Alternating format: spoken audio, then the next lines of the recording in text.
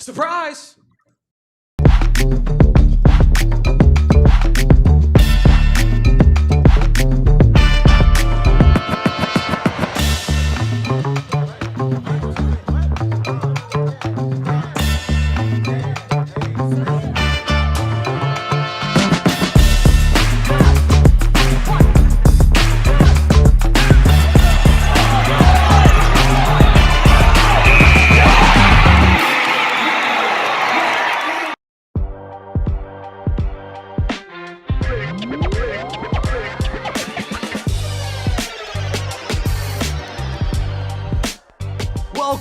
Welcome on into the AZ Wildcats podcast, coming to you live from Studio K, presented by the fine folks over at Circle K. It is I, your host, Damon Fairall, aka Damon Dog, with my guy Kevin Thomas, aka the 2026 AllCity Network Content Creator of the Year, aka Kevo Post, right here at PHNX HQ3 in downtown Phoenix. And of course, we are presented by our presenting sponsor of Branded Bills. Always rocking Branded Bills on this podcast. Head on over to brandedbills.com, use promo code BBPHNX15 and get 15% off the best Arizona Wildcats headwear in the game. And speaking of the best in the game, we got our guy Scott Procter from AllCity Network DNVR Buffs podcast in the building on Big Brothers Big Sisters of America week of giving here, our Spirit Week, Kevin. And we were tasked with finding a guest across the AllCity Network today to join the show. And we went with one of our conference rivals here in DNVR Buffs and Scott. So we appreciate Scott for joining on in with us. And let's get him on in here without further ado. How we doing, Scott? How are things in Denver, man? Man, things are going well, man. It's hot outside. I almost feel like we out here in Arizona right now, touching damn near 100 degrees, but appreciate the invite. Good to see you, Damon. Good to see you, Kevin, bro. I'm excited to be on the same screen as the AllCity 2026 Content Creator of the Year, bro. I feel blessed to just be in your presence, brother. Good to see y'all. Goosebumps. Every single day on this podcast when I intro Scott, I get goosebumps. Just saying that out loud. Speaking of that accolade, it means everything to this podcast, and Kevin loves it when I talk about it every single day.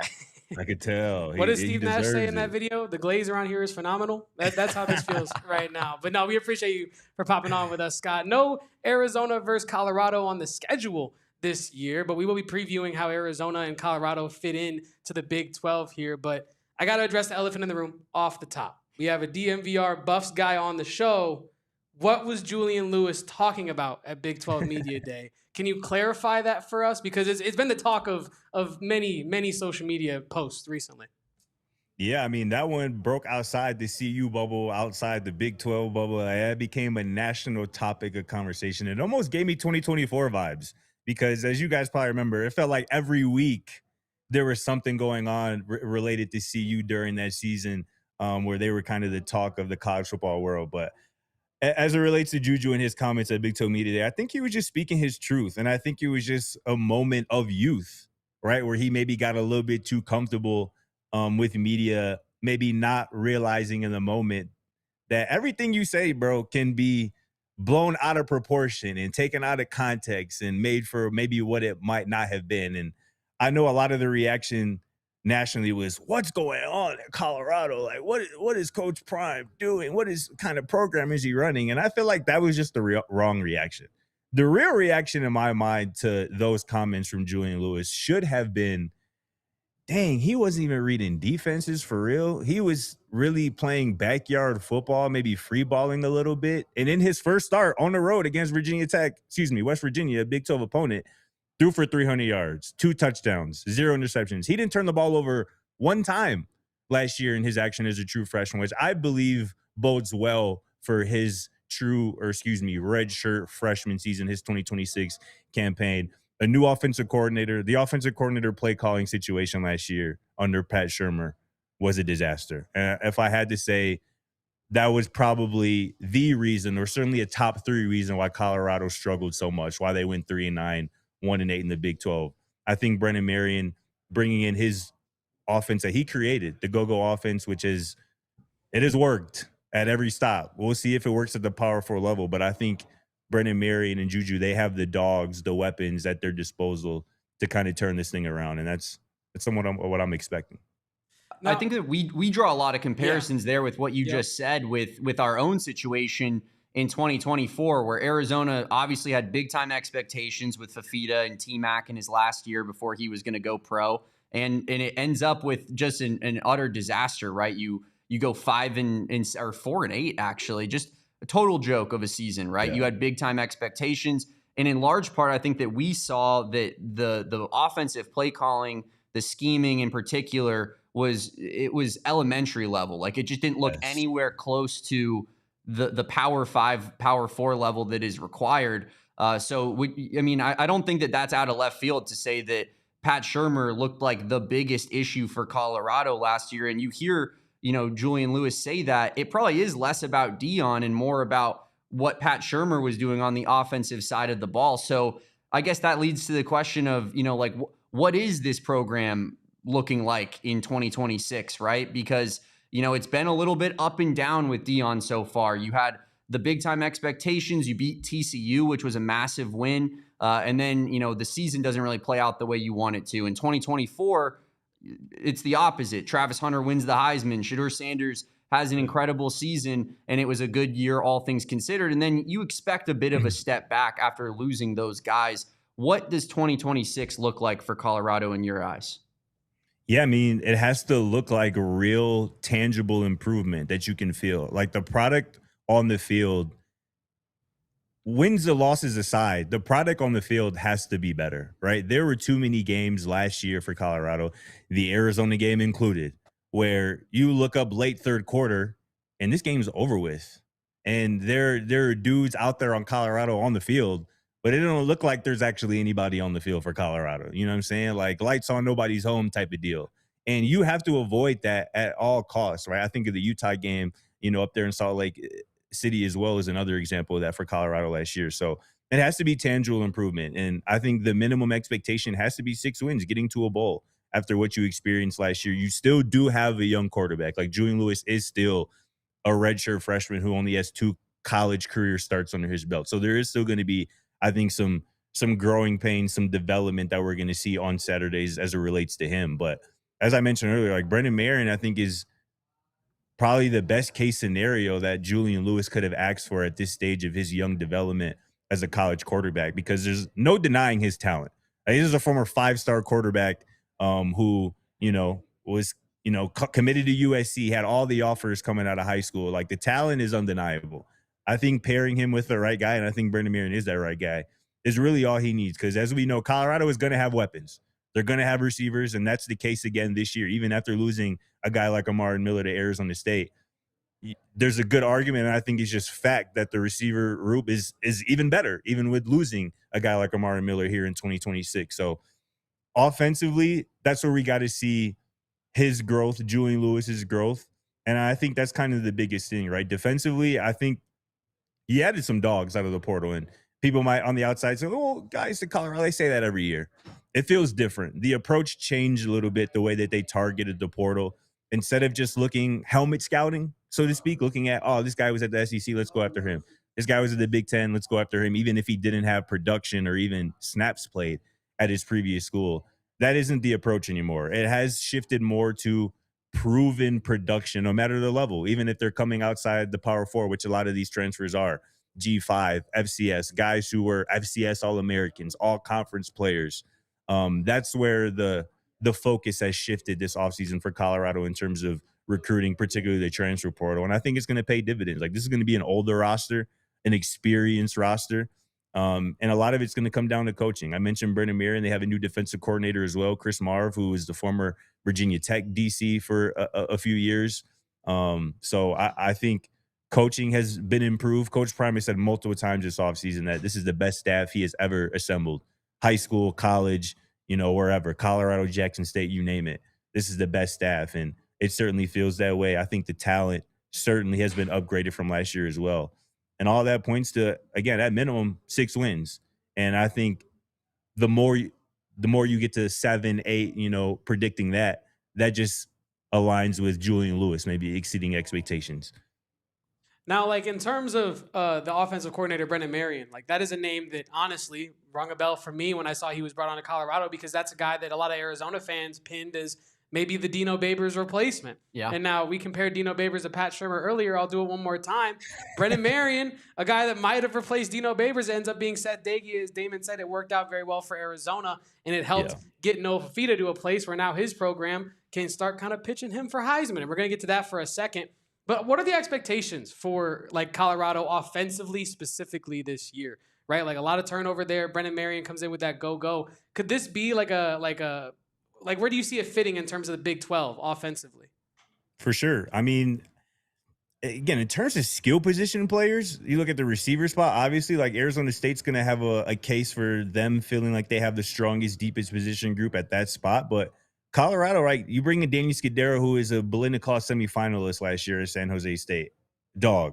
Cam Perry from Miami of Ohio last year almost had 1,000 yards on like 43 catches, like average over 22 yards a catch, is one of the best deep threats in college football. DeAndre Moore Jr., who has kind of flown under the radar a little bit this offseason, at Texas the last 2 years, almost 1,000 yards, was Arch Manning's go-to guy in a lot of cases over the last 2 years. So that's proven SEC production at the receiver spot.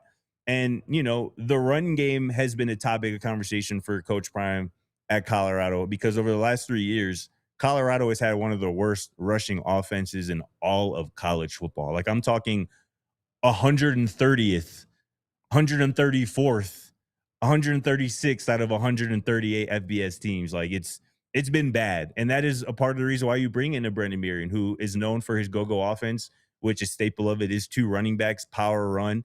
You know, dating back to his last 3 years, right? Last year at Sac State's head coach, 2 years at UNLV as the OC before that. 250 plus rushing yards a game they're averaging at those 3 spots. So Brennan Marion, if he does nothing else, he packs a run game, an innovative run game. And that's honestly exactly what this program needs, particularly when you juxtapose that next to Julian Lewis, as we're talking about a young quarterback who still has to develop and grow. The best thing, a best friend, arguably a young quarterback can have, is a run game. And again, that is something that Brennan Marion has historically provided every quarterback he's ever coached. So I think expectations, right? You're expecting this offense to be fun. Like that's what Brennan Marion has done. And that's what he has brought to every stop. I think you're expecting it to be explosive.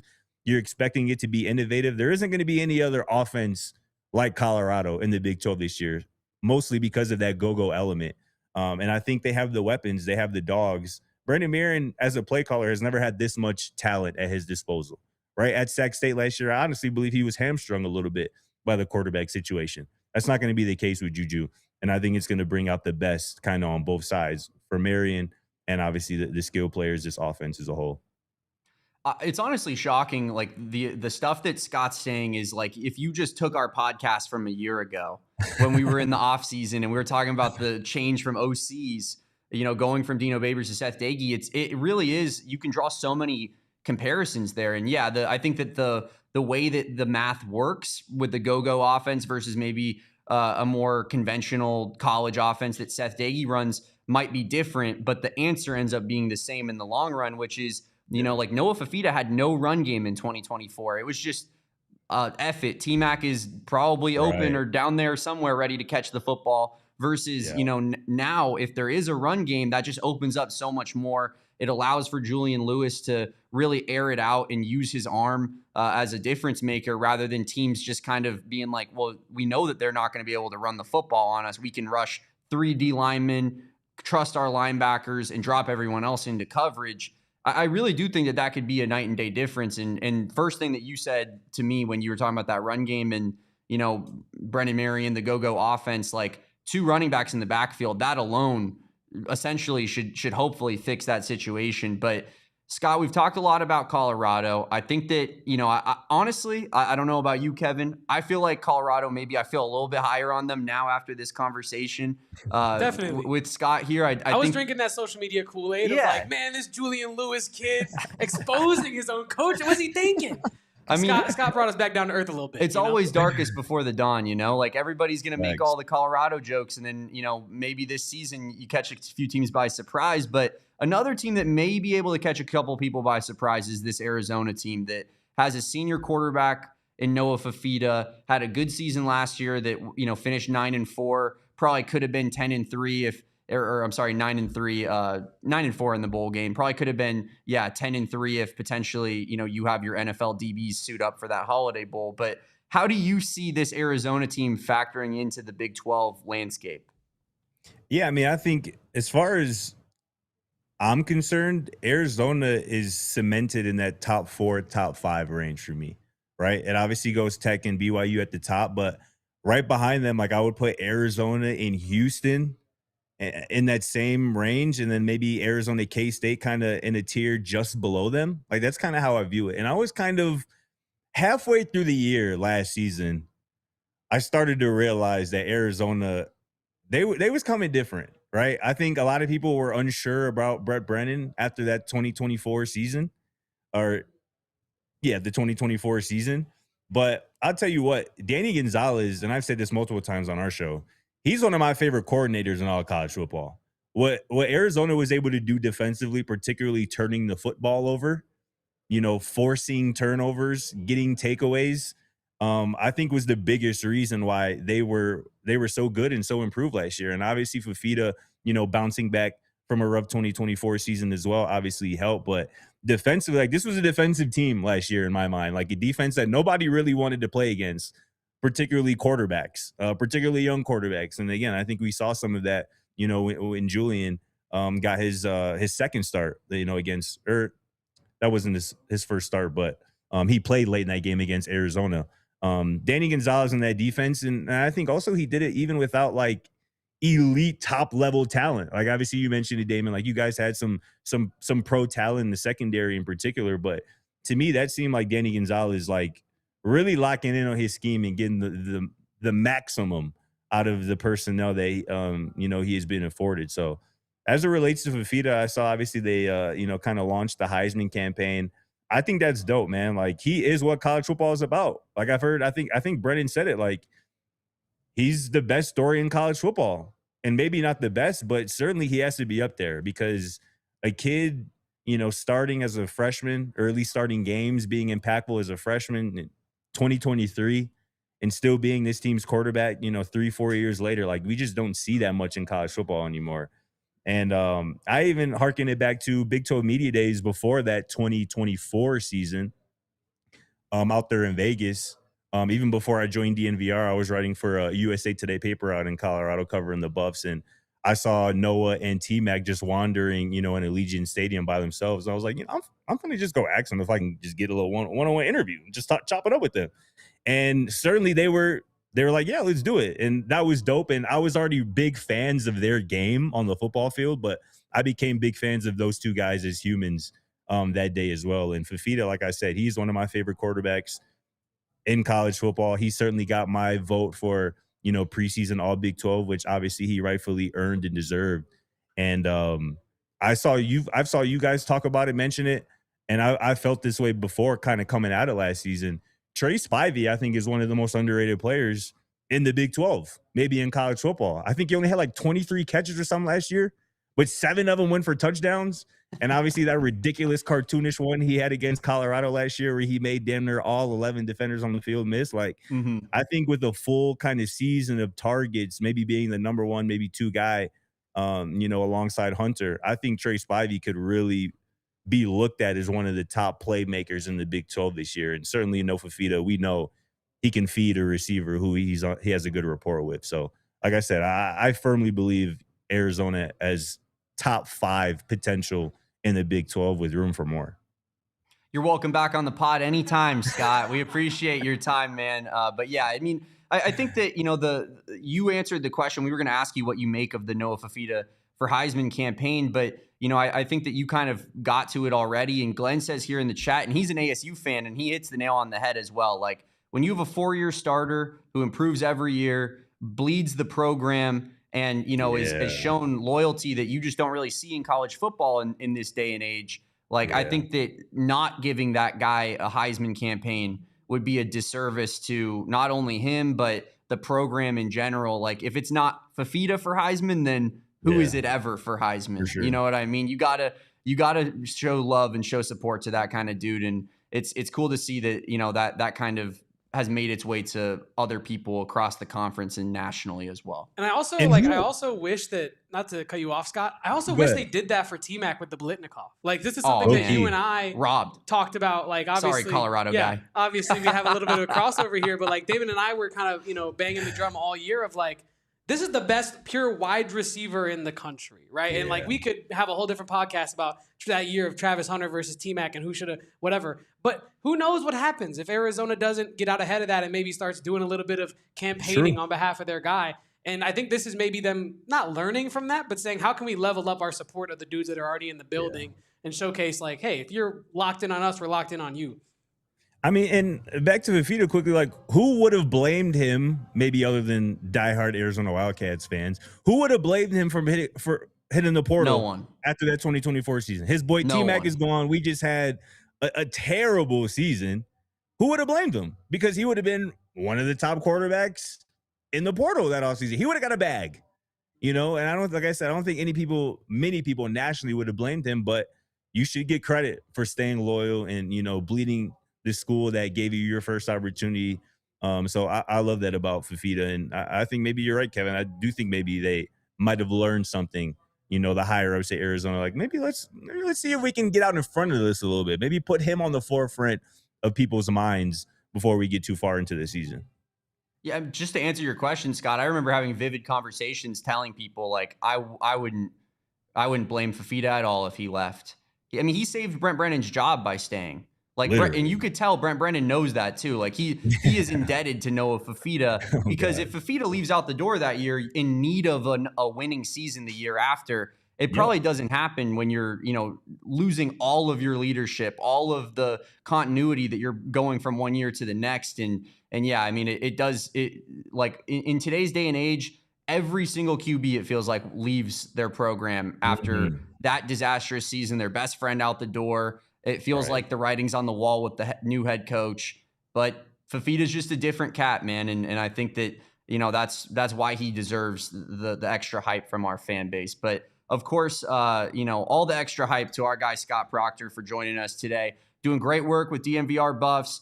You guys should check it out for yourself if you want some extra Big 12 content to look to. And it's always a good time over there with Jake, RK, and Scott. So appreciate you, Scott. Thanks for your time. Follow Scott at Scott Procter _ Did I get that correctly? Yes, sir. Yeah, Scott Procter _ And of course, follow DNVR Buffs as well. We appreciate you, man. Appreciate you, Damon. Appreciate you, Kevin, bro. Good to see you boys. You guys are doing a great job as well. So keep killing it. You as well. Much love, brother. See y'all.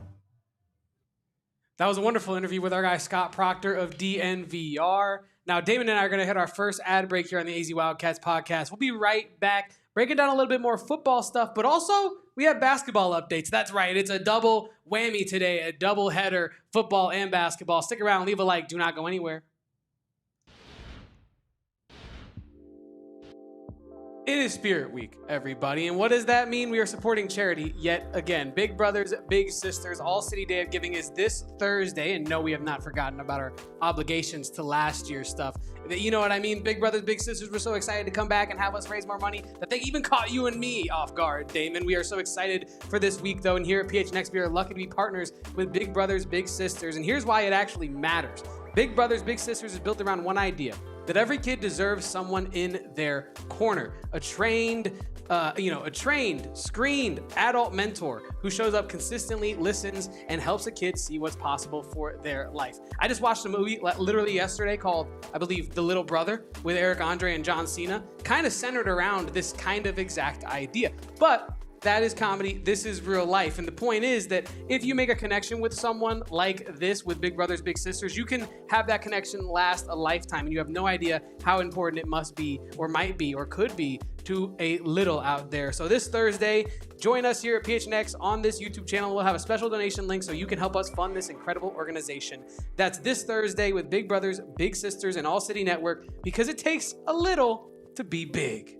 Wow. Bars at the end of that one. And of course, the Arizona heat, we all know it's here to stay. It is the summer. It's about 110 degrees outside from here on out.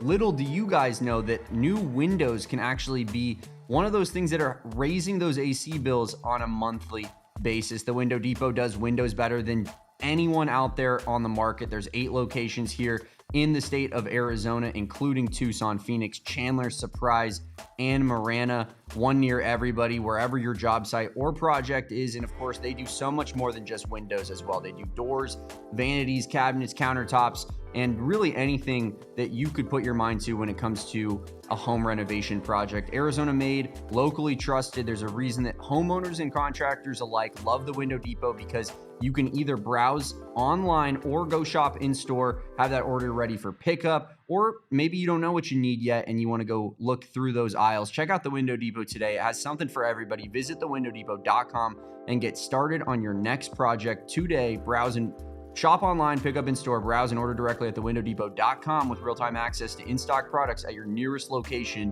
Get what you need when you need it. I hope everybody hit the point with Damon at home. You know what I mean? You can play along with that game at home. When is Damon going to hit the presidential point? But thank you for tuning in so far, everybody. That was a great interview with our guy, Scott Procter of DNVR. That's why we do it. That's why we're doing this here Spirit Week thing. A little bit of exposure across the markets for everybody. Shout out to Scott. Make sure to follow him at Scott_Procter, on the end of Procter _ on Twitter. They do really good stuff over there. Like we mentioned, Damon, it is Spirit Week. Today, you can go ahead and check that bad boy off. AllCity Guest Monday, check. Hot Take Tuesday, we're going to be asking everybody on social media and in the Discord for your hot takes. Wednesday, we got Die Hard Day. We're going to be shouting out some very special diehards. Thursday, it's the special day. Big brothers, big sisters, we're raising money for all the bigs and littles out there. Shout out to all of you that partake in that. And like I said, we have not forgotten about your obligations to last year's stuff. We are planning a date for the 24-hour stream. Once I am healthy, I have already hit up Becky Burke. The Burkout will be happening. The 999 challenge will happen at an unnamed Diamondbacks game at some point this season. And also, we're still figuring out the exact logistics of doing such a thing. But either way, Damon, I just wanted to acknowledge that this off the top this week. We have not forgotten about the things that you guys paid your hard-earned money for. We are going to fulfill those things. If I'm being honest, we just thought we had a little bit more time. But that is okay. That is okay. And that's what we get for being young men and pushing things off. You know what? Yeah. Later than we should have. First off, yes, we work in sports media. We are procrastinators, all of us collectively as a unit. So yeah, things happen. And we know we didn't exactly plan the best. That being said, we were kind of screwed a little bit by the way that the March Madness scheduling went. Like we weren't supposed to go all the way, brother. We were supposed to. We wanted a Thursday. We wanted a Thursday opening game of the opening round, so that Friday we could do a 24-hour stream, and then Saturday we could hit again whenever U of A played next in the second round. Didn't work out, unfortunately, like that. But we do owe you guys plenty, and it does weigh on us on a daily basis. So don't think that we've forgotten about it, because pretty sure like Kevin and I wake up in the morning in like a cold sweat, like, oh my God, we still have to do the Becky Burke workout and embarrass ourselves on camera. Every time she posts herself like riding the bike or doing some crazy hike, I'm like, that's going to be me and Damon vomiting in the bush to the right. So that was one that I think like easily we could have gotten out of the way this summer. 100%. But unfortunately, my dear co-host, Kevin. But see, that's why we should have done it earlier. Has a bit of an injury situation.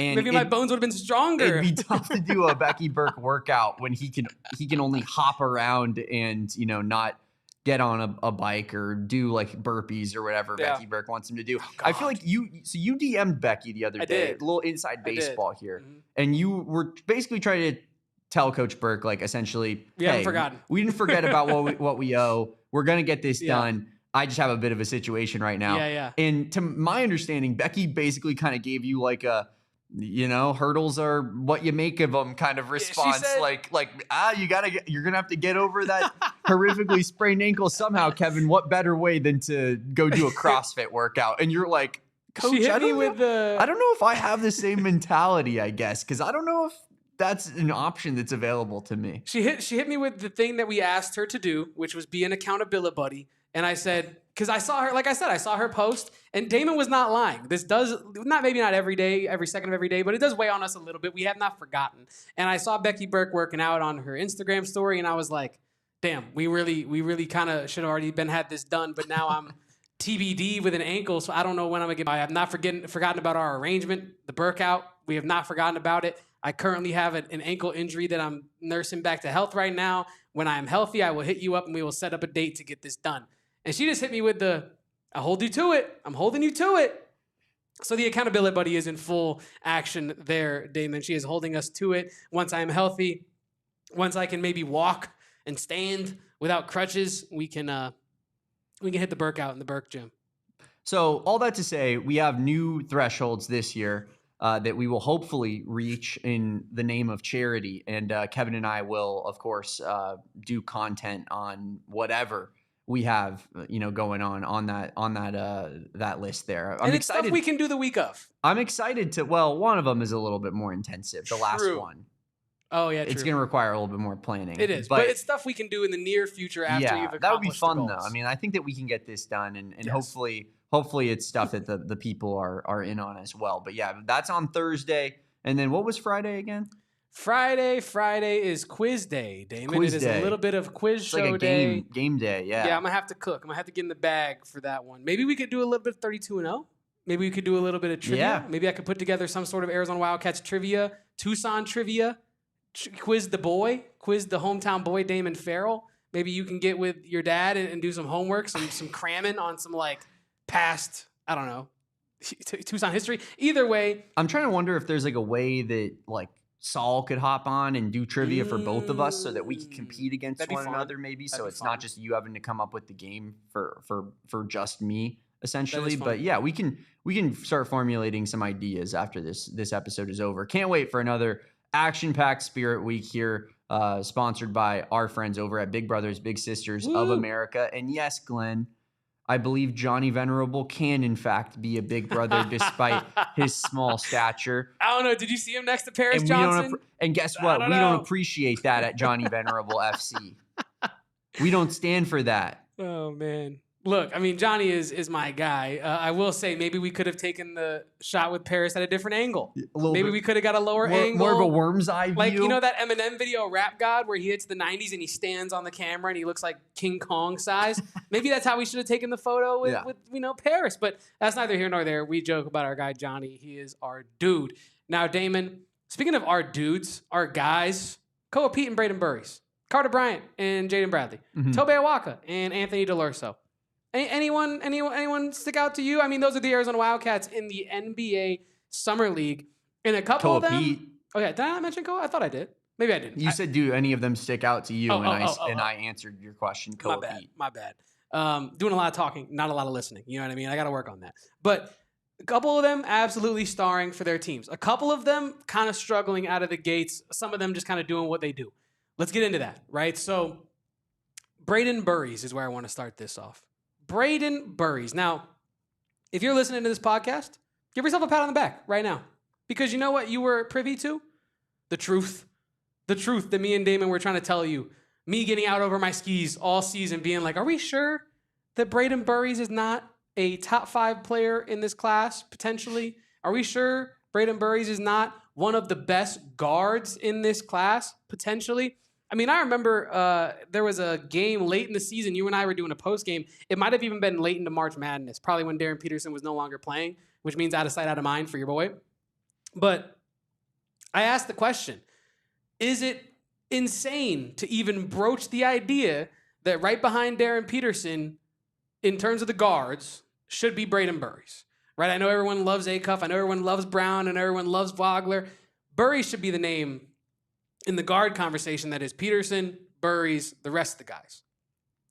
So far through Summer League, a lot of great performances from these guards. Kingston Flemings is balling out. Darius Acuff's putting up big scoring performances, a lot of assists. He's playing Darius Acuff basketball. But you could argue the one that is but impressed the most so far at Summer League is Brayden Burries, who, his per 36 numbers, Damon, through 3 starts so far in Summer League, 29.8 points, 4.3 rebounds, 3.7 assists, 1.6 steals, 1.1 block, 0 turnovers. Damn.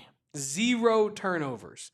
64% true shooting percentage on 46, 42, 81 splits. He is playing out of his mind. But that is not something that this podcast is surprised by.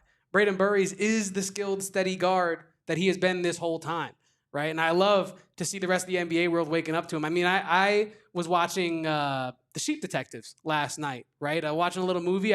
My Sunday, I was like, you know what? I'm just going to put the phone down for a couple hours. Surely I don't miss anything. Brayden Burries going for 26 and a bunch of points and all this stuff. I wake up and everybody is talking about Brayden Burries in my timeline. Yeah. It's my algorithm, so it's going to be more Brayden Burries centric than maybe some of you guys in the chat. But it's awesome to see Brayden Burries playing this efficiently and everybody finally waking up to the talent that he is, Damon. He's an efficient basketball player in every sense of the word, right? Like, he's so balanced. He can kind of fit into any mix. Yeah, I mean, listen, I found the entire draft process to be a little bit shocking with the way that it was kind of structured, that, yeah, Brayden Burries is awesome, but, you know, he's a step below the rest of these guards. No ceiling. Yeah, and that was the conversation, right, is that people feel that for any particular reason that Brayden Burries is a higher floor but a lower ceiling prospect than guys like Michael Brown Jr., Darius Acuff, and even Kingston Flemings, which that one is, I think, a little bit shocking to me. Because I think that I can even wrap my head around why Acuff or Brown would be, quote-unquote, higher ceilings. But Kingston Flemings seems like, you know, like, we watched Brayden Burries and Kingston Flemings go toe-to-toe all season long. Brayden got the better of him in the two matchups that they played against one another. Brayden looked better as the season went on, whereas not that Kingston looked bad, but he definitely fell off a little bit more as you got to the back end into the tournament than he was the way he was flying high at the beginning of the year. That one was shocking to me, to make it. Everybody consensus had Kingston Flemings above Brayden Burries, it felt like, except for like the guys on this podcast and maybe like a Tyler Rucker or somebody like that. But yeah, I mean, Brayden Burries is showing exactly why, you know, he's every bit the player that in caliber of guard that those other guys were being talked about during the draft process. And, you know, like you said, 26 points, 3 steals, 2 blocks, 4 of 5 from 3. That's fantastic. Glenn, I know you've been honest in the chat here at times, but like, to say that that's not standing out in the summer league is just not true. That's one of the better summer league performances we've seen out of any player in particular thus far, especially considering that they're not playing like full games. They're, you know, getting split time with a lot of other guys because the team wants to see what they have in their entire summer league roster. They know what they have in Brayden Burries. It's a guy who's going to start for them this season. Yeah. So, I mean, yeah, I think Brayden Burries is incredible start to the summer league. And you know, he plays for a team that's going to give him the opportunity to get a lot of shots up and get a lot of usage. And so, you know, as much as, you know, it sucks going to the Bucks right after Giannis goes out the door, I do think that they have a good collection and fun collection of young talent that, you know, could make for an interesting team next year. And Brayden Burries is going to be tasked with potentially being the guy to like almost lead the charge potentially. So we'll see. Well, and we know that if it comes down to it, he can beat Tyler Hero in a fight. So if they want to fight over who can start at shooting guard, I think I'm taking Burries. You know what I mean? I'm taking Burries. That's my Tyler Hero uppercut. You have to telegraph it like it's like you're getting your chin low and your head is moving with it. Yeah. Max saying Dallas had the home run pick right there in their hands, and they picked the third best player on Michigan. Yeah, I mean that's one that I think that you look at and you go, what are we doing, Dallas? I think that would have probably been a better pick for them, but it seems like with, you know, bringing in Dusty May, they're pretty dead set on bringing in Merez Johnson. It's getting me emotional, Kevin, talking about Brayden Burries slipping in this draft. And also the Warriors. Like this will make you emotional too. We had heard that that will make me emotional. Nothing was the same, Kevin. This was a relic from when you were out of town, and I just saved it for a moment like this. Absolutely nothing was the same. But that they passed on Burries at 10 and nothing, or at 9. I just don't understand the Warriors are at 11. They supposedly love Brayden Burries. We love Brayden Burries. Steve Kerr is obsessed with Brayden Burries. Trade up one spot and get Brayden Burries. You know? Yeah. I mean, Yaxel Lindenberg is a great player. It's an awesome consolation prize, you know, and I think that for certain teams, you could, you know, definitely use a front court player rather than a backcourt player. But it just felt like the Warriors' Brayden Burries fit was so good. And you know, truthfully, like the Mavericks were the perfect trade candidate because they did reach a little bit on Merez Johnson. It is unlikely that the Bucks would have drafted Merez Johnson with the 10th pick. And so, you know, the Mavs could have potentially recouped an asset move down 2 spots. The Warriors get their guy in Brayden Burries, and, you know, everyone's happy. But, you know, is what it is. I believe in him. I think that the Bucks are still a decent spot for him to develop and grow and whatnot. But good start from Brayden Burries. Kevin, tell me more about one Peat, Mr. AZ, Mr. Arizona. Yeah, I mean, the next guy that's been playing very well in NBA Summer League as it relates to Arizona Wildcats playing is Peat, right? I mean, the question marks were everywhere with Peat in terms of how will he translate to the NBA game. Now, Summer League is not an exact one-to-one replica of an NBA regular season or playoff setting, as we all know. However, people wanted to see the jumper. People wanted to see how he'd be used offensively. People wanted to see how his physicality might translate. And while we don't have answers to the physicality translating to like the NBA everyday kind of stuff, we do have answers to how he's going to be utilized potentially for the Suns this year. And I hate to do this, but it's exactly kind of what I was talking about in my film study that I dropped about Peat to the Suns in terms of him using his physicality around the rim on both ends, him being a connector, using his great like game feel and passing vision, and not to mention, right? Like, and this is something I mentioned in the film review as well, that like, yeah, the mid-range jumper is not perfect in terms of form and function, but the tendency is there. And I think we've seen that a lot of times tendency can be improved with like proper coaching, right? Like, look at what Kaman Maliwatch has been able to do. All of a sudden, he's Steph Curry. You know what I mean? Like, Kaman Maliwatch was not this guy in terms of outside shooting before this year's Summer League. What is that? Coaching. But how do you utilize that? You have to be confident enough to take those shots in an in-game setting and not just in practice, right? And I think Peat, for better or worse, his whole time at Arizona has showcased, I will take those tough contested mid-range jumpers. Are they a super high percentage shot for most people? No. Am I confident in taking them? Do I look for them? Do I get to my spot to hunt them? Yes, I do. And I think as he improves as a mid-range scorer, like that will continue. But point with all this being, he's showcasing the talents that we knew he had, and the utilization has been intelligent by the Suns. And it's why I think the fit is so strong. He scored at least 12 in both Summer League games so far. He has 29 total points in this one. He's averaging 14.5 points, 5 rebounds, 2.5 assists, and a stock and a half. What? 1.5 stocks? My brain just literally factory reset mid-sentence. That was crazy. But 1.5 stocks. I felt like Walter White entering the fugue state. You know what I mean? I was about to walk off into the desert in my underwear. But either way, Peat has been playing very well. I believe the Suns play again today on the second end of their back-to-back. But yeah, Peat playing very well. I think some people online are kind of surprised by it. And honestly, I'm pleasantly surprised by how clean of a transfer it's been. I'm not surprised that he's playing well in Summer League, though. I am surprised that like the midi looks as good as it does. I'm a little surprised that he's had the like not freedom, but confidence in the jumper a little bit. Like that's kind of what's surprising me. Like the level of confidence and especially the mid-range jumper has been complete money. And I was kind of concerned that when you rework that jumper, how does it change his like ability to take the mid? So I'm not surprised that the passing, physicality, game feel has transferred, but I am pleasantly surprised that the jumper is not impacting his game and that it's not impacted his ability to hit middies. Yeah, no, I 100% agree with everything that you just said there. It's just funny, Kevin, to me, to be like, oh, good basketball player plays good in basketball game. Yeah, guy who's played against dudes honestly better than like we got respectfully. This is utmost respect. You know what I mean? We got like Marquise Noel on the other team who's like 5'7" or something like the other night, and I'm like, dude, like obviously that's not one-to-one matchup with Peat, but it's just illustrating like this is not exactly NBA talent all the way across the board here. You know what I mean? So yeah, it is. I mean, Cole's dominated these type of dudes his entire career. Mm-hmm. And this is kind of what I was talking about when in regards to when the Suns picked Koa at 30 overall. Yeah. Where it's like, what could you possibly be against here? Mm-hmm. How could you be anti the Peat pick with the last pick of the first round when we're talking about a guy that was viewed largely as a lottery pick for probably majority of the college basketball season? If we're truly breaking it down, I don't know the exact time that he started really finding his way out of the lottery, conversation, but it was midway through the year.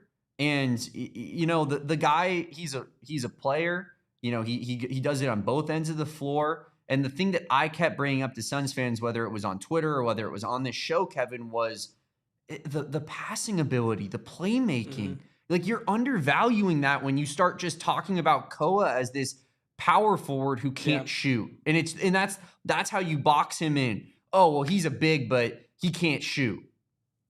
Okay, but that takes away I think the aspect of his game that, you know, doesn't make him a unicorn, but like it's kind of along those lines, right? Like not every big man can put the ball on the floor and initiate offense. And it's what we've talked about with Koa the entire season draft process into now is like, yes, but he can initiate offense. And that is a value that I don't think that you can necessarily put a number on.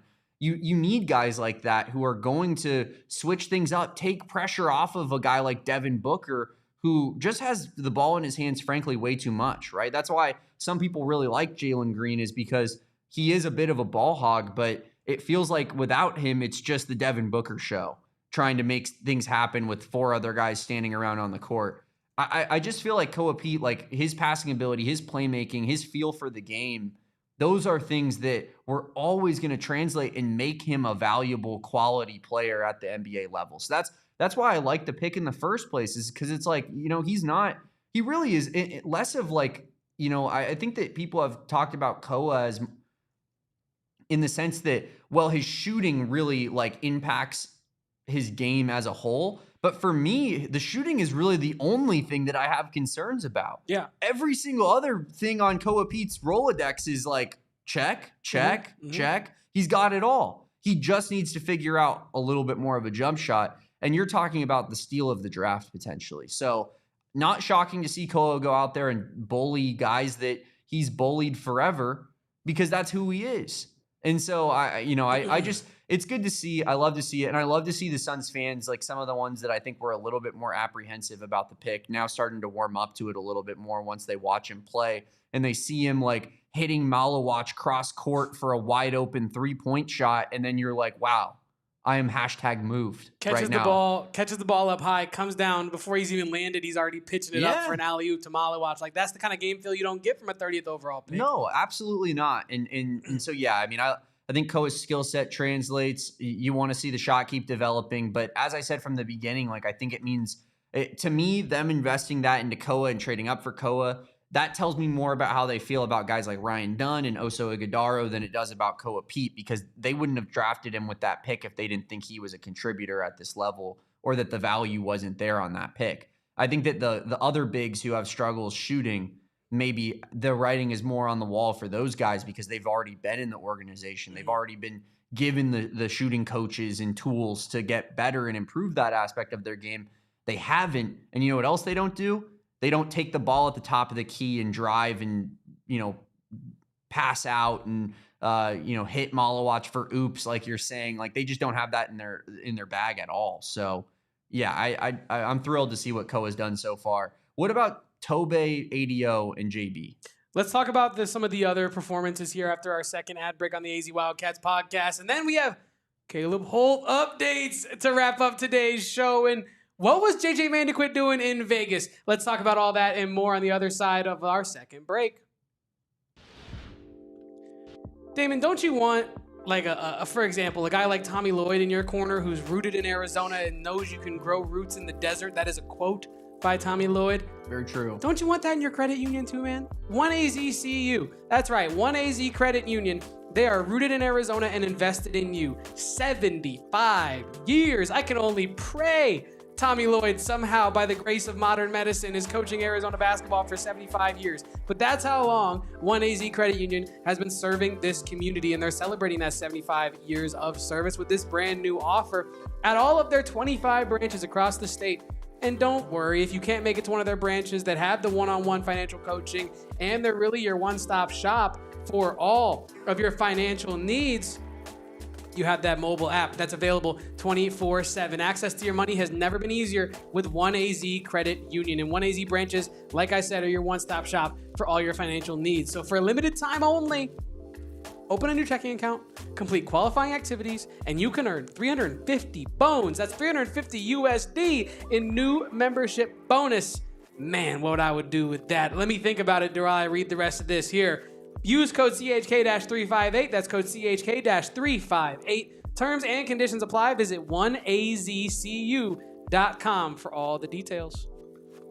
The soccer matches this weekend, Kevin, were absolute cinema. But let me tell you, my experience in particular was improved so much more just by having Casamigos and their ready-to-go made margarita mix right there as my trusty companion, Kevin. They have the classic lime or the spicy flavors, depending on what your get down is. But guys, there is no better drink for the World Cup, FIFA World Cup 26 than what Casamigos has to offer right now. The best tequila in the game, making that margarita mix with simple ingredients. That Blanco tequila that we all know and love, lime juice and natural flavors, nothing else. You just uncork it, pour it over ice, and garnish it with a lime, and bing, bang, boom, you're done, Kevin. It's that simple. And I already know that everybody loves a good margarita, but sometimes it's just a little bit of a hassle to make it. Why not skip those steps with the Casamigos ready-to-go made margarita mix?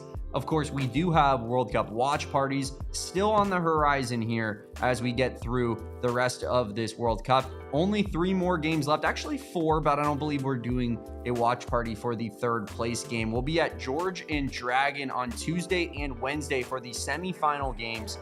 Of course, in Uptown Phoenix, a good English pub, a soccer bar, if there ever was one, 12 p.m., help sponsored by our friends over at Casamigos, helping us have a great time out there. Check it out at gophnx.com/events for more details on how you can show up to our watch parties. But guys, get in on Casamigos, the drink of the World Cup, whether you're at your favorite spot or stocking up from home, make it a Casamigos.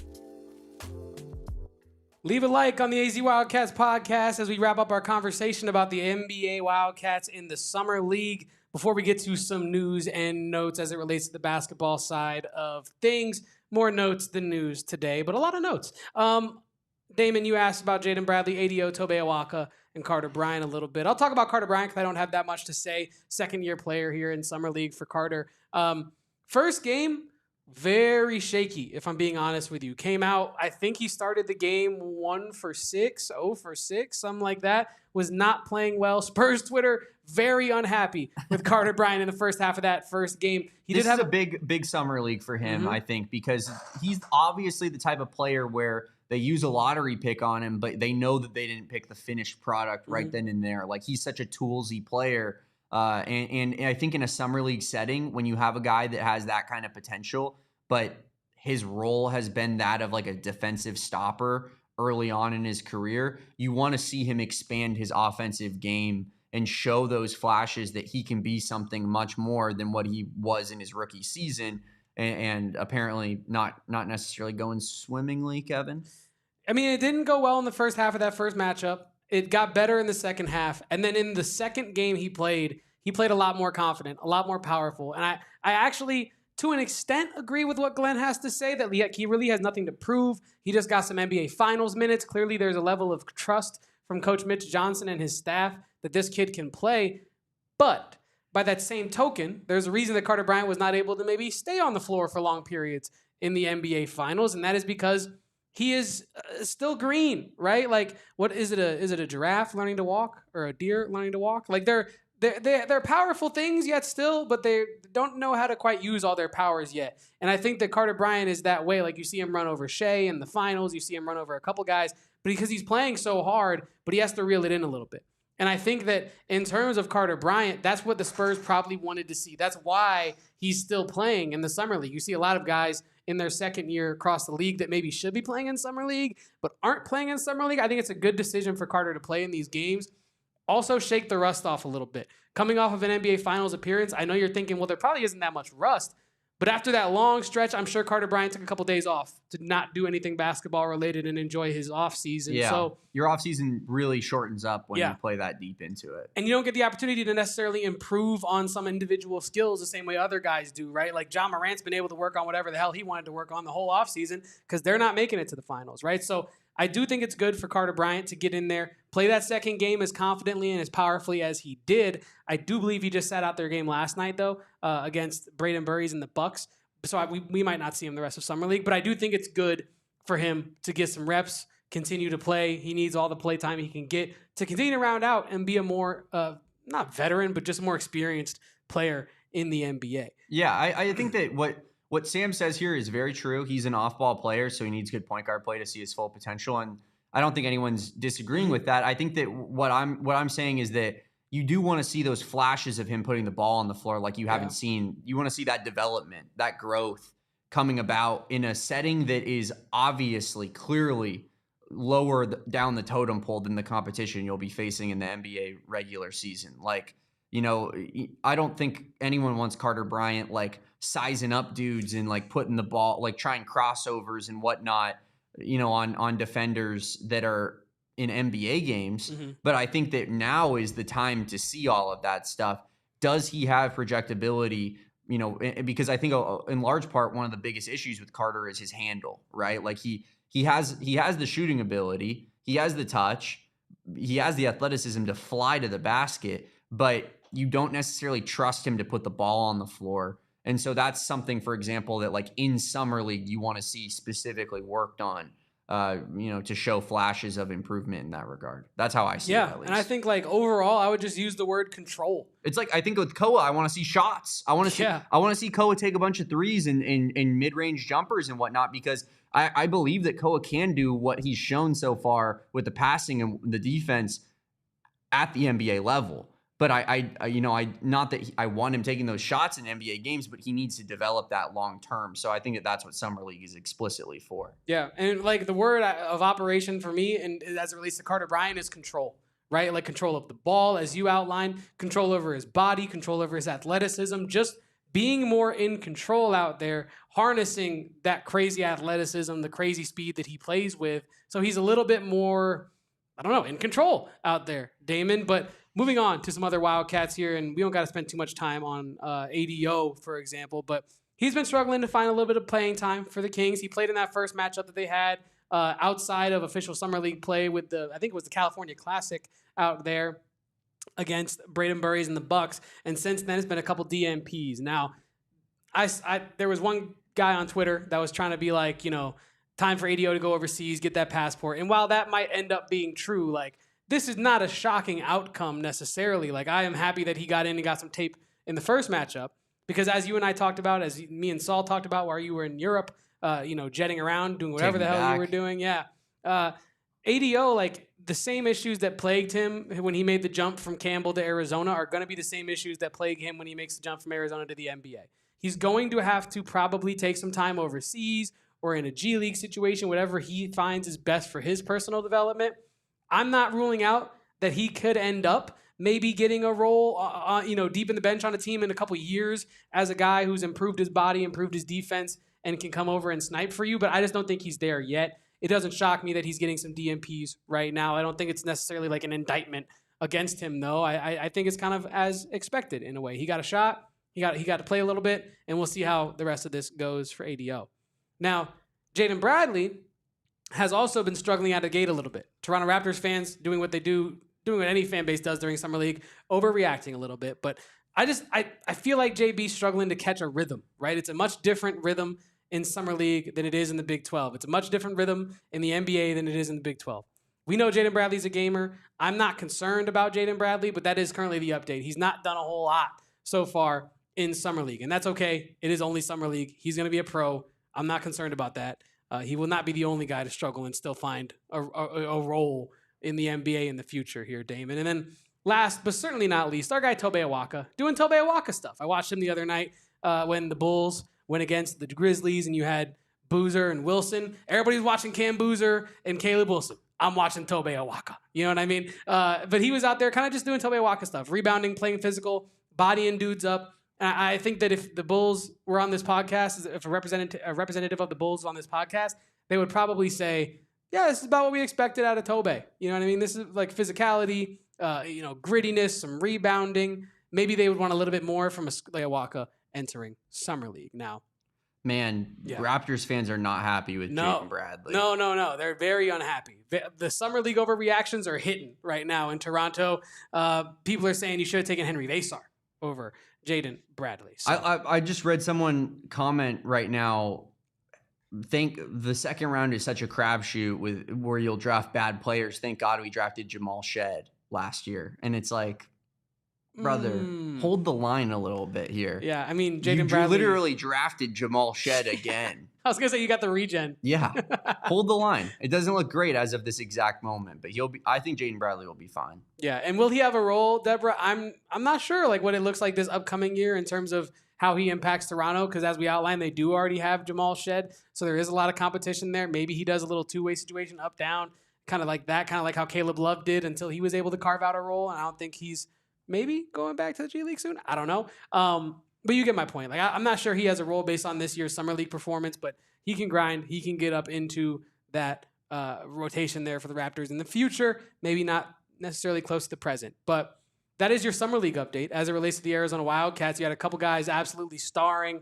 People talking about Brayden Burries like he's Devin Booker, and I love that. People talking about Peat like he's a steal of the draft.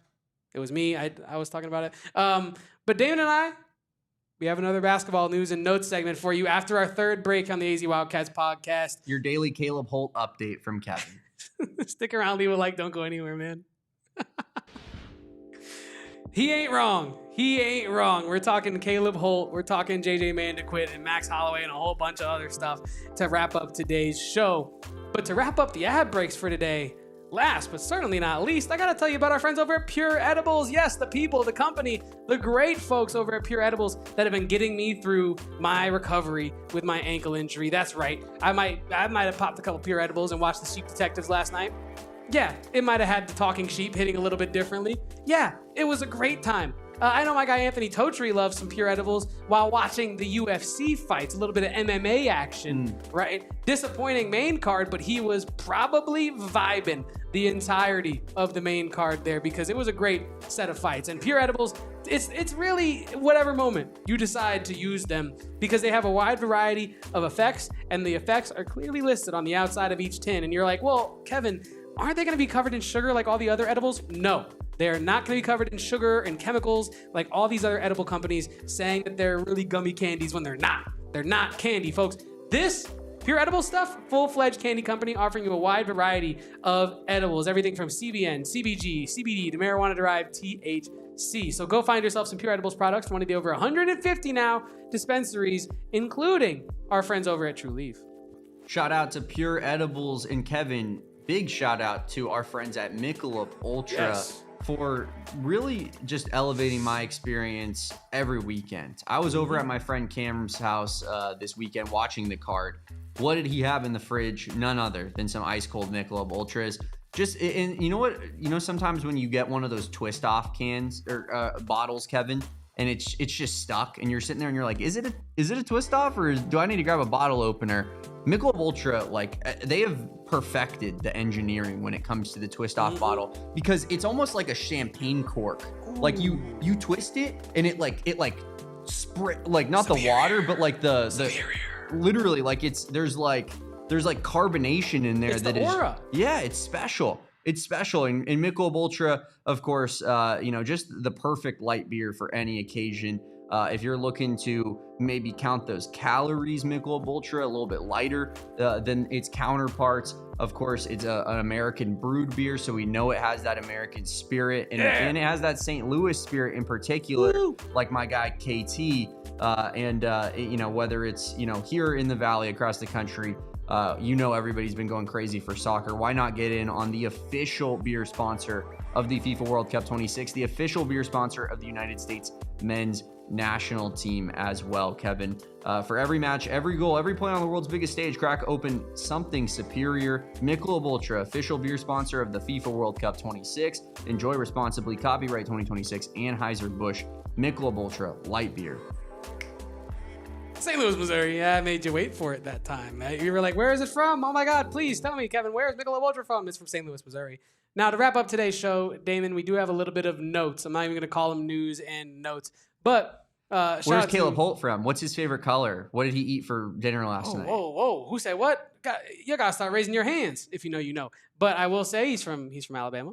All right. By way of Florida. Well, Florida by way of Alabama. I'm not sure as to what his favorite color is. He wears a lot of red, so maybe red. Went to high school that was green, so maybe green. Mm-hmm. I don't know. Dinner last night?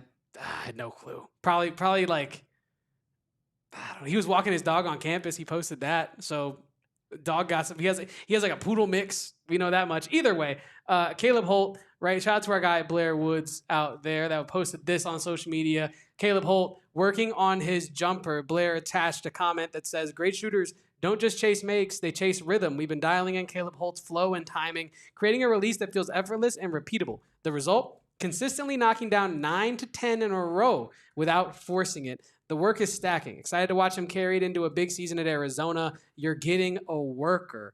Now, mostly I brought this to the table because I've been doing a lot of reading on Caleb Holt's game, and what everybody's saying is that if his jumper can become consistent, boy, this guy's going to be a player.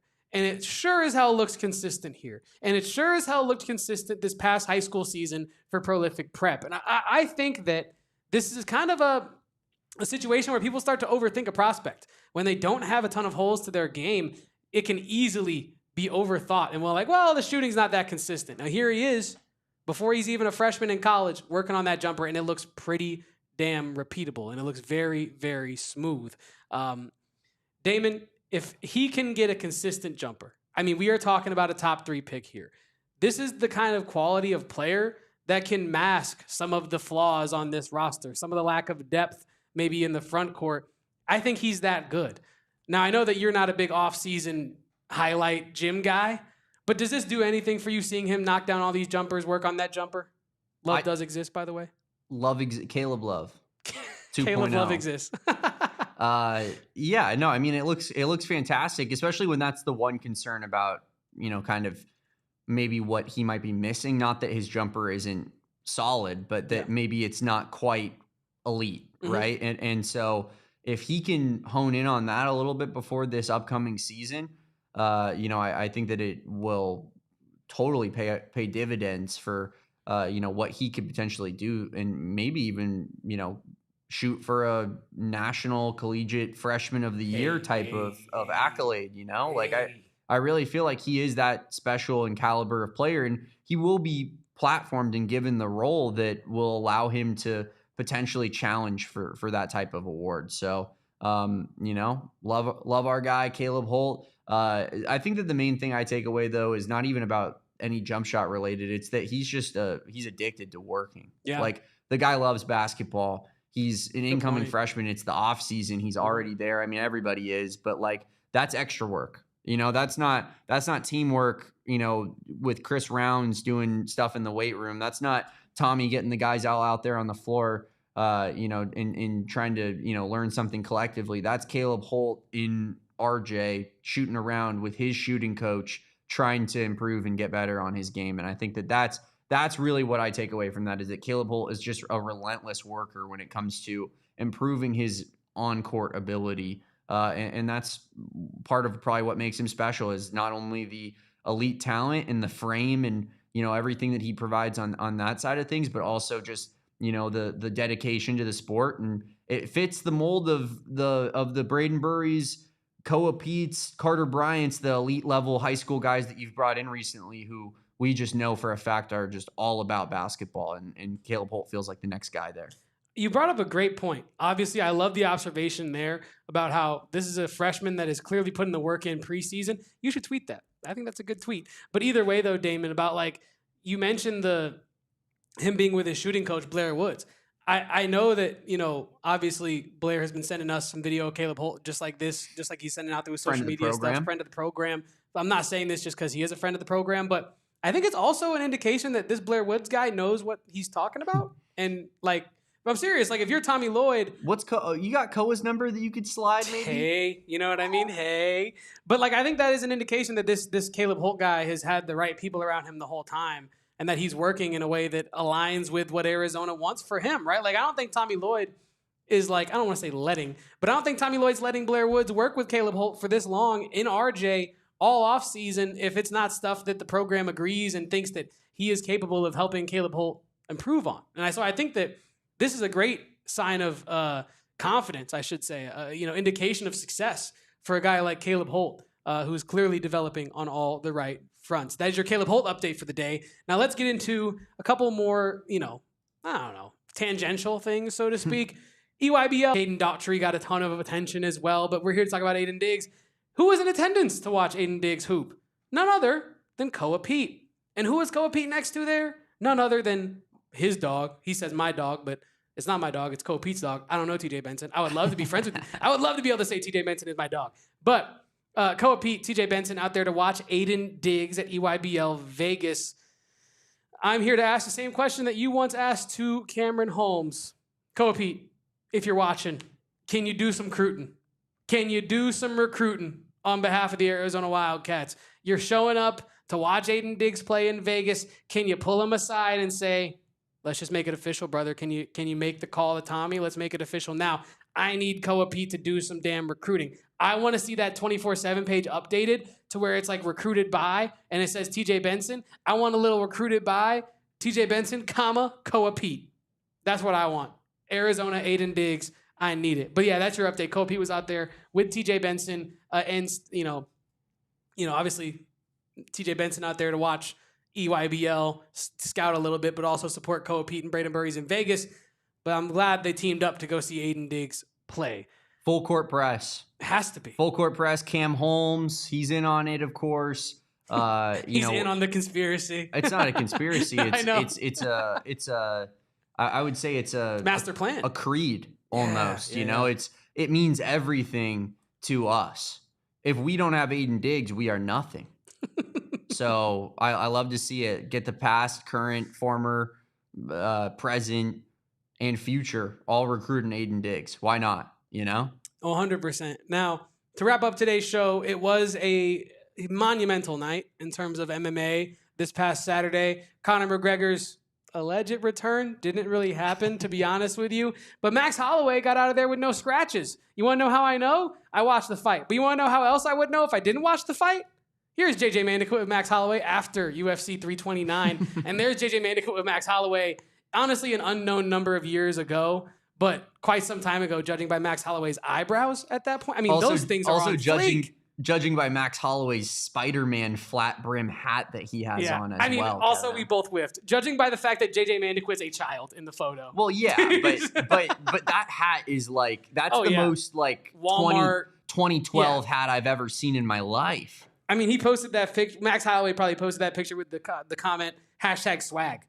After that, #airport, #fan, #swag, #best is blessed. But yeah, shout out to JJ Mandicoot supporting his fellow Hawaiian Max Holloway out there. He also got a photo with none other than former champ Jack Della Maddalena. I did not get a photo of that because I forgot to take a screenshot of it before the story expired. But you can take my word for it. He was out there in Vegas celebrating that UFC 329 event with his fellow Hawaiian Max Holloway. Pretty cool, to be honest with you. And Damon, I bring this to the table for a reason. Max Holloway in McHale. Now there is a non-0% chance that we will get Max Holloway in McHale. Non-0% chance. Are you in on turning Max Holloway into a cat? Yeah, why not? I mean, I'm a big Max Holloway guy. Like, I tend to root for the Hawaiian fighters, but I do hold a little bit of resentment for the Gaethje fight still, like deep down in my bones. Because he slept your boy. Well, yeah. I mean, if that's what you want to say, I mean, he blinded him first in both eyes with 2 separate eye pokes that went inches deep, and then Justin Gaethje, being the guy that he is, was like, yeah, I mean, I'll stand in the middle of the ring and to see if someone will die here, because Justin Gaethje is a raging psychopath. These things happen, though. Then Justin Gaethje in the next fight ended up poking Paddy Pimblett in both eyes, and he still whipped his ass. He did poke Paddy. Was it both eyes? I think it was. I was watching the Paddy vlog literally yesterday from after the fight, and he had both eyes scratched. I mean, the Max eye pokes in that BMF fight were like. Those are some of the worst eye pokes I've ever seen in my life. Those were Cyril Gahn level eye pokes out of Max Holloway in that fight. I'm sure it happened. I'm just saying I don't remember how bad they were. He got like 1.5 knuckles deep, I want to say, but like at least on one of them. But yeah, I mean, Gaethje had a broken nose, 2 eyes that he couldn't see out of, and still stood in the middle of the ring after 5 rounds. Like, dude. That's what the BMF belt is all about. It is. All-time fight, obviously. I just wanted to see my guy come out on top there. Yeah. He got the belt later, though. But, yeah, I mean, incredible. I love it. Last note from me, Paddy Pimblett, my word. That's all I got to say. We can get out of here now. Dun dun dun dun dun dun dun dun dun dun dun dun dun. Disrespectful odds on Patty this weekend. Bet365, I cleaned up. What were they? It was like plus 120. Wait, Yeah. he was not plus odds. He was. See, this is why Denis was like minus 140 and he was like plus 120. And I was like, everything we own on Patty, right? This is crazy because this is why I don't bet anymore. But shout out to our friends over at Bet365 because I feel like, and this is a genuine feeling on my heart, I know that the things I do not affect the sports I watch, right? However, I feel like if I had put plus money down on Paddy Pimblett, he gets knocked out in the first round of the fight. And you know what I mean? Like, I feel like if Scouts don't get knocked out, pal. I know, but Kevin also doesn't place bets anymore. So if Kevin places a bet, maybe, like, I just feel like plus odds is so good to be true, too good to be true, that if I did place the bet, it would have somehow lost and because it's too good to be true. He's a good fighter. Don't get me wrong, but it just, to me, my logic was as simple as Patty got his ass beat by Justin Gaethje, who everyone says hits the hardest of any fighter in UFC. Like you know, they were talking about that before the Topuria fight, the UFC Freedom fight. Like, apparently, like when you ask guys like Khabib, Kevin, who's the most powerful striker you've ever fought? Yeah. Khabib says, "Oh, it's no question, it's Justin Gaethje." Yeah, it's Gaethje and it's Oliveira every time. Yeah, and for Gaethje to beat the crap out of Patty the way he did, but Patty to not get knocked out in that fight, as he says, he doesn't get knocked out. Scouts don't get knocked out. They don't get knocked out, lad. And for all of that to play out, and then Gaethje's next fight, he beats the absolute shit out of maybe the best fighter we've seen in like a decade. Like ruins Topuria's legacy on a national stage, essentially. Like, clearly Justin Gaethje is he's trending up right now despite his age and what you might consider. And so when I see that and I see Patty go 5 rounds with Gaethje, I'm like, why exactly is he like, why are we saying that he's like, yeah, the Patty, you know, vibes have worn off after he lost to maybe the best fighter going right now. And also, like, I texted this to you, or maybe I texted it to Totri, but like, he was standing and banging with Justin Gaethje. Now, was that the smartest strat? No. Definitely not. But like you said, he did, and he did not get KO'd. And like he said this Which is insane. The video I was watching of like, lads, maybe if I hadn't stand and banged with lads, maybe I would have won the fight, lads. Is that the next fight? Or are they going to give Topuria a shot at his belt back? You got it. Well, it was a pretty bad beatdown. I almost think Topuria's got to get one back before he can get the belt. Damn. I do. But that's why I think you make Patty versus Ilya. There's pre-beef already cooking. The guys really hate each other. But both of those guys probably feel like they deserve the title shot. You know? I think Patty after the fight was like, I want the title, but if I got, like, I'll fight anybody. Like, give me this guy, give me that guy, give me him, I'll fight him. And so I think that's got to be the best division going right now, right? It always is. Like, brother. It's not even close. Lightweight's always the best, brother. Yeah, it's true. It is pretty solid. Or at least it has been for quite some time. Yeah. I feel like there's times where like light heavyweight has had like some pretty big time superstars in the division, but maybe the top to bottom, it's not necessarily the cream of the crop. But like, that's the division that I think is like, it's almost more scary than the heavyweights. Because they're like, they're athletes, plus they have insane amounts of power, and you see a lot of those guys move up to heavyweight eventually. But yeah, I mean, good card.